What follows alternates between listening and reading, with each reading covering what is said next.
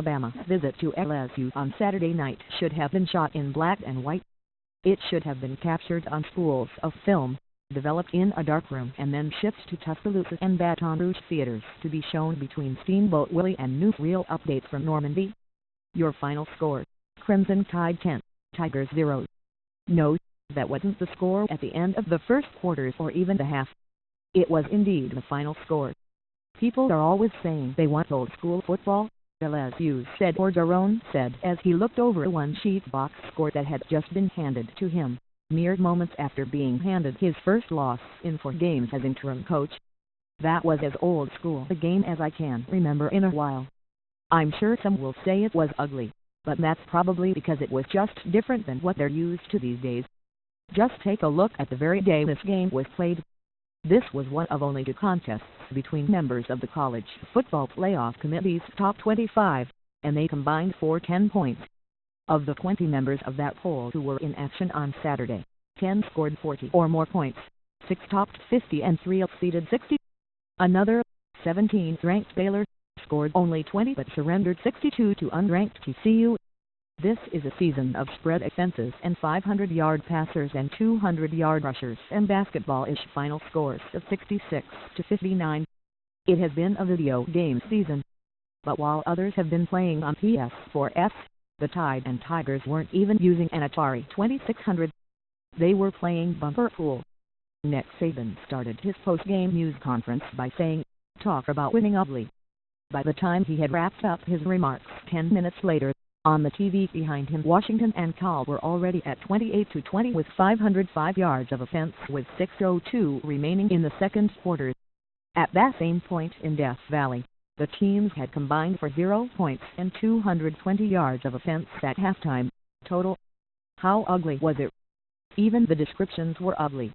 This was a game that's going to test your nuts, Alabama linebacker Ryan Anderson said after logging 6 tackles and a sack. You know what I mean, it was old school. Old school, like the 102,321 fans in attendance should have been asked to check their smartphones at the door and told they could call home via the bank of pay phones in the concourse. Don't worry, Sarah the operator will patch you through. The contest started with an Alabama drive that ended with an interception and an ensuing LSU drive that was thwarted via a sack and a blocked field goal.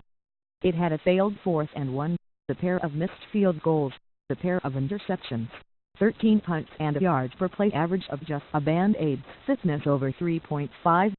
During one particularly unseemly stretch, an LSU run out of bounds turned into a shoving match that turned totally WWE, complete with a bent folding chair, trampled by fleeing reserve LSU linemen. Veteran SEC referee Matt Austin even threw in some theatrics, rattling off the 4 offsetting unsportsmanlike conduct penalties with a pace and a pecking order that sent the crowd into a frenzy. Minutes later, on the opposite sideline, LSU was slapped with a flag for a late hit that was borderline at best, but the real hit was when quarterback Jalen Hurts was clotheslined by teammate O.J. Howard as the tight end was trying to catch him before he fell, but only after a member of the SEC chain crew was flattened in the process.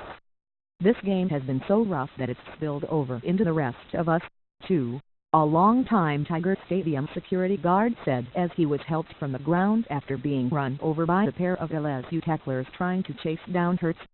That task was one that became more and more difficult as the night wore on. It felt like one of those games where if the field ever started to tip just a little bit, just a little opening, then that might be the difference, Orgeron recalled. He was right.